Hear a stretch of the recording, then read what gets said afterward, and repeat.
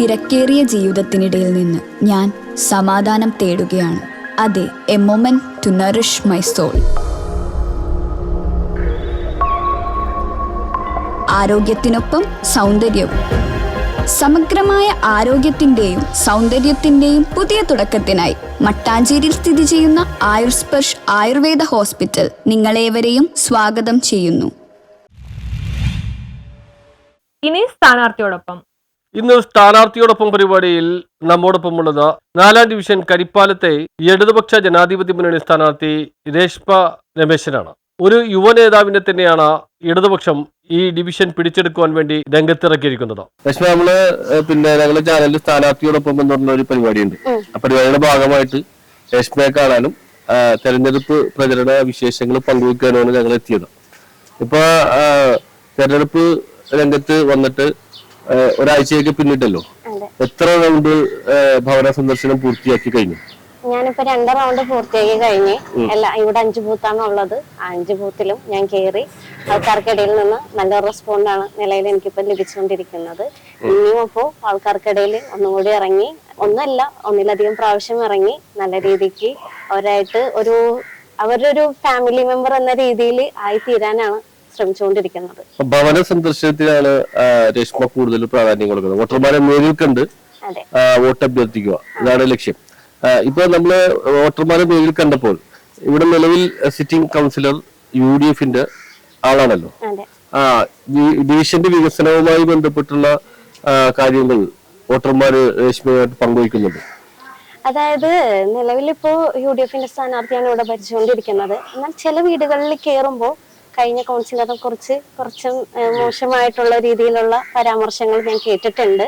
അപ്പോ അതിനിപ്പോ ഞാനാണ് ഇവിടെ ജയിച്ചു വരുന്നതെന്നുണ്ടെങ്കിൽ അത് മാറ്റിക്കൊടുക്കുക എന്നുള്ളതാണ് എന്റെ ഉത്തരവാദിത്വം.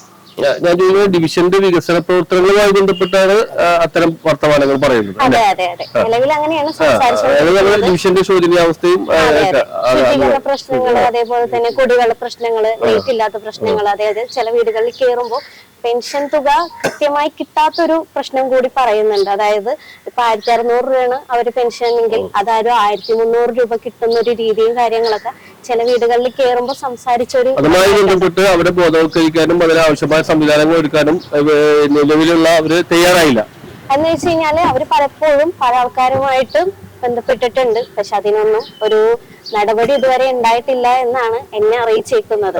അപ്പൊ എന്നോട് പറഞ്ഞേക്കുന്നത്, മോളാണ് ഇനിയിപ്പോ അടുത്ത കൗൺസിലിൽ വന്നേന്നുണ്ടെങ്കിൽ അതിന് ഞങ്ങൾക്കൊരു പരിഹാരം കണ്ടുപിടിച്ച് തരണം എന്ന് വെച്ച് കഴിഞ്ഞാൽ അവർക്ക് ആകെ കിട്ടുന്ന ആകെ ഒരു ആശ്രയം ആ ഒരു പൈസ മാത്രമാണ്, അല്ലാതെ വേറൊന്നും അവർക്ക് കിട്ടാനില്ല. അതുകൊണ്ടാണ് ആ ഒരു കാര്യം എന്റെ ശ്രദ്ധയിൽപ്പെടുത്തിയത്. പിന്നെ ചില സ്ഥലങ്ങളിൽ കുടിവെള്ളത്തിന്റെ പ്രശ്നം പറയുന്നുണ്ട്. 1.5 വെള്ളം വരുന്നത്.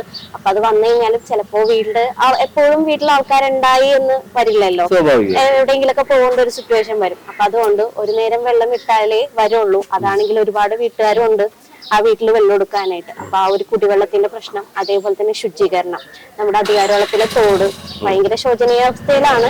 എന്നാലും കഴിഞ്ഞ കൗൺസിലർ അതിൻ്റെതായ രീതിയിൽ പുള്ളിക്കാരൻ ചെയ്തിട്ടുണ്ടെങ്കിൽ പോലും അത് ഇപ്പൊ ഈ അടുത്ത് ഇലക്ഷൻ സംബന്ധിച്ചിട്ട് അവരിപ്പോ നന്നാക്കി കിടക്കുന്ന ഒരു പ്രവണത ഞാനത് എന്റെ ശ്രദ്ധയിൽപ്പെട്ടിട്ടുണ്ട്.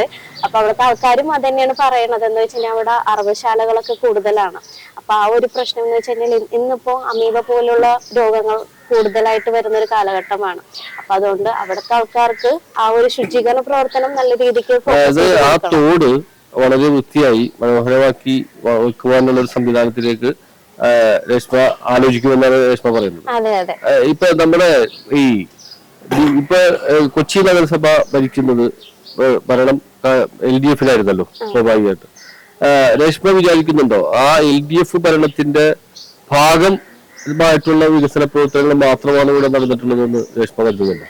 ശരിക്കും പറഞ്ഞു കഴിഞ്ഞാല് കഴിഞ്ഞ ഈ കാലയളവില് നല്ലൊരു വികസനമാണ് നമ്മുടെ നാട് ഇന്നുവരെയും കണ്ടുകൊണ്ടിരിക്കുന്നത്. ഇത്രയും നാളും പല പല പാർട്ടിക്കാരും പല ആൾക്കാരും ഭരിച്ചെങ്കിലും ഇതേപോലെ ഒരു വികസനം നമ്മുടെ നാട്ടിൽ ഉണ്ടായിട്ടിരുന്ന വരെ എന്താ പറയാ, മേയർ അതിന് നല്ല രീതിക്ക് ഇവിടെ ഹാർഡ് വർക്ക് ചെയ്ത് പല പല കാര്യങ്ങള് അതെ നല്ല രീതിയിലുള്ള പ്രവർത്തനങ്ങള് ഇവിടെ കാഴ്ചവെച്ചിട്ടുണ്ട്. അത് ഇവിടുത്തെ ജനങ്ങൾക്ക് പലർക്കും ഉപകാരപ്രദമായി മാറിയിട്ടുണ്ട്.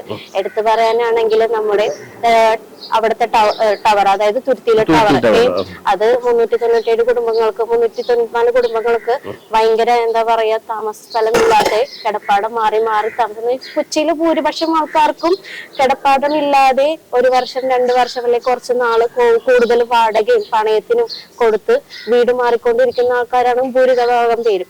അങ്ങനെയുള്ള ആൾക്കാർക്കൊക്കെ വലിയൊരു ഉപകാരമാണ് നമ്മുടെ ഈ ഒരു ഇടതുപക്ഷ സർക്കാർ ഇവിടെ ചെയ്തു കൊടുത്തുകൊണ്ടിരിക്കുന്നത്. പിന്നെ അതേപോലത്തെ എടുത്ത് പറയാനാണെങ്കിൽ നമ്മുടെ ഫോട്ടോച്ചിൽ ഇപ്പോൾ വന്നിരിക്കുന്ന സമൃദ്ധി 20 രൂപക്ക് കിട്ടുന്ന ഭക്ഷണം എവിടെയും കിട്ടൂല അങ്ങനത്തെ ഒരു ഇത്. പക്ഷെ അത് ജനങ്ങളെല്ലാവരും ഒരു കൈ എന്താ പറയാ ഭയങ്കര ആത്മാർത്ഥമായിട്ട് സന്തോഷിച്ചാണ്, അതെ, നല്ല രീതിക്കാണ് ആ ഒരു പ്രവർത്തനം മുന്നോട്ട് കൊണ്ടുപോകുന്നത്. ഒരുപാട് പേരാണ് പല സ്ഥലങ്ങളിൽ നിന്ന് വന്ന് ഫുഡ് കഴിച്ച് നല്ല രീതിക്കുള്ള അഭിപ്രായം കാര്യങ്ങളും പറയുന്നു.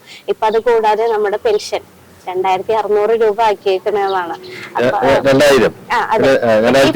എന്ന് വെച്ചുകഴിഞ്ഞാല് കഴിഞ്ഞ പ്രാവശ്യത്തെ 1600 ഇപ്പൊ ഇത് 2000 രൂപ. ഒരുപാട് ആൾക്കാർ ഇന്നലെ പെൻഷൻ വാങ്ങിച്ചു, അതിന്റെ സന്തോഷങ്ങൾ അറിയിച്ചിട്ടുണ്ട്. അതൊക്കെ നമ്മുടെ പിണറായി സർക്കാരാണല്ലോ ഇവിടെ ചെയ്തുകൊണ്ടിരിക്കുന്നത്. അപ്പോ നാടിന് നല്ല നല്ല വികസനങ്ങളും കാര്യങ്ങളും വരണം. അതേപോലെ തന്നെ ചെറുപ്പക്കാരായിട്ടുള്ള ആൾക്കാരെ രംഗത്തിറക്കി കഴിഞ്ഞാല് നമ്മുടെ നാടിന് എന്തൊക്കെ മാറ്റങ്ങളാണ് ഉണ്ടാവാൻ പോണത്, അവർക്ക് എന്താണ് ചെയ്യാൻ സാധിക്കുന്നത് എന്നുള്ളത് കാണാനായിട്ട് സാധിക്കും. ഭവന സന്ദർശനങ്ങളിലാണ് സ്ഥാനാർത്ഥി കൂടുതലും ശ്രദ്ധ കേന്ദ്രീകരിച്ചിരിക്കുന്നത്. ഡിവൈഎഫ്ഐയുടെ ബ്ലോക്ക് വൈസ് പ്രസിഡന്റ് കൂടിയാണ് രേഷ്മ രമേശ്. ജീവിത ക്ലേശങ്ങൾക്കിടയിലും അടിപതറാതെ മുന്നേറുകയാണ് രേഷ്മ രമേശ് എന്ന യുവ സ്ഥാനാർത്ഥി. ഡിവിഷന്റെ വികസനത്തിന് നിരവധി സ്വപ്നങ്ങളുണ്ടെന്നും നിരവധി പദ്ധതികളുണ്ടെന്നും രേഷ്മ രമേശ് വ്യക്തമാക്കുന്നു. പാർട്ടിയോടൊപ്പവും ജനങ്ങളോടൊപ്പവും ചേർന്ന് നിന്നുകൊണ്ട് തന്നെ ഡിവിഷന്റെ വികസന പ്രവർത്തനങ്ങൾ നടപ്പാക്കാൻ കഴിയുമെന്നും അതിന് ജനങ്ങൾ അംഗീകാരം തരുമെന്നുമുള്ള ഉറച്ച വിശ്വാസത്തിലാണ് രേഷ്മ രമേശ്. രേഷ്മ രമേശിന്റെ വാക്കുകളിലേക്ക്. കൊച്ചി നഗരസഭ കഴിഞ്ഞ 74 ഡിവിഷനുകളിലേക്കും അല്ലെങ്കിൽ കൊച്ചി നഗരസഭയിൽ നടന്ന വികസന പ്രവർത്തനങ്ങളിൽ കാര്യമായ പങ്കാളിത്തം വഹിക്കാൻ ഈ ഡിവിഷന് കഴിഞ്ഞിട്ടുണ്ടെന്നാണ് ഞാൻ ചോദിക്കുന്നത്.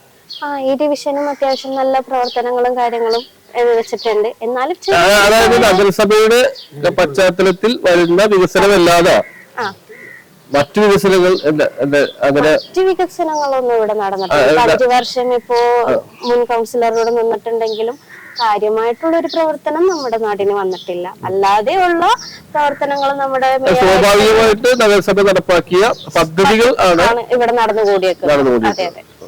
അപ്പൊ അതുപോലെ തന്നെ ഇനിയിപ്പോ നമുക്കറിയാം ഏറെ വെല്ലുവിളികളിലൂടെയാണ് രേഷ്മ ഇപ്പോ തെരഞ്ഞെടുപ്പ് രംഗത്തേക്ക് വന്നത്. ഒരു ജനറൽ വാർഡിൽ രേഷ്മയെ പോലെ ഒരു യുവ നേതാവിനെ പാർട്ടി രംഗത്തിറക്കിയിരിക്കുന്നത് ഒറ്റ ലക്ഷ്യമായിരിക്കും. ഞാൻ അങ്ങനെ ലോക്കൽ സെക്രട്ടറി കൂടെ ഉണ്ടല്ലോ, പാർട്ടി രംഗത്തിറക്കിയിരിക്കുന്നത് ഈ ഡിവിഷൻ UDF നിന്ന് തിരിച്ചു പിടിക്കുക എന്നുള്ള ഒറ്റ ലക്ഷ്യത്തോടെയാണ്.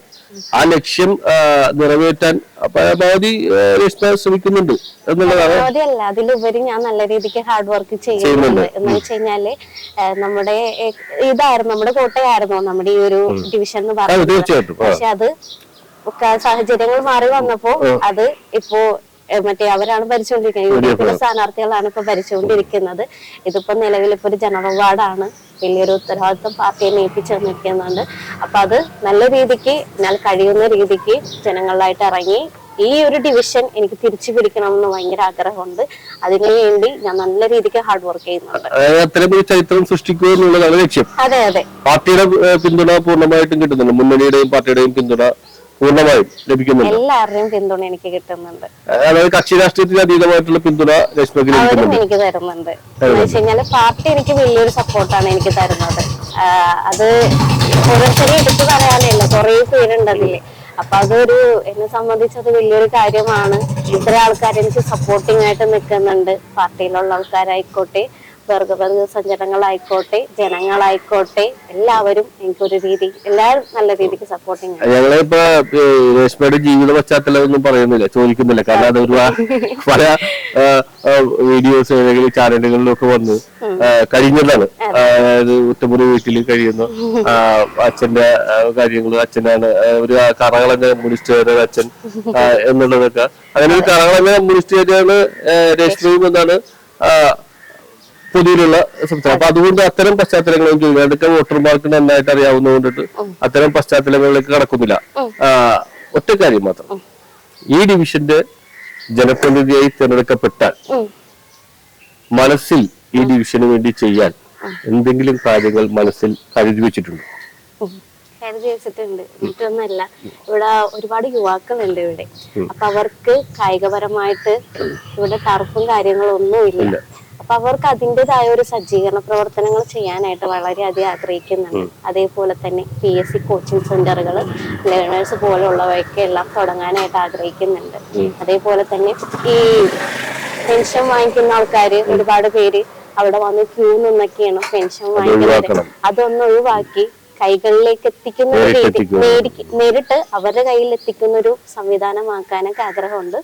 ബാക്കിയെല്ലാം പിന്നാലെ കാണാം. അതായത് എല്ലാവർക്കും, അതായത് വയോജനങ്ങൾക്ക്, യുവാക്കൾക്ക്, വീട്ടമ്മമാർക്ക് എല്ലാവർക്കും പ്രയോജനകരമാവുന്ന പദ്ധതികളാണ് മനസ്സിൽ സൂക്ഷിച്ചിട്ടുള്ളത്. അതെ അതെ, തീർച്ചയായിട്ടും രേഷ്മ എന്ന യുവരക്തത്തെ ഈ ഡിവിഷൻ തിരിച്ചുപിടിക്കാൻ, UDF നിന്ന് തിരിച്ചുപിടിക്കാൻ, എന്ത് വില കൊടുത്തും തിരിച്ചുപിടിക്കാൻ വേണ്ടിയാണ് പാർട്ടി രേഷ്മയെ രംഗത്തിറക്കിയിരിക്കുന്നത്. രേഷ്മക്ക് അതിന് കഴിയട്ടെ എന്ന് ഞങ്ങൾ ആശംസിക്കുന്നു. Thank you.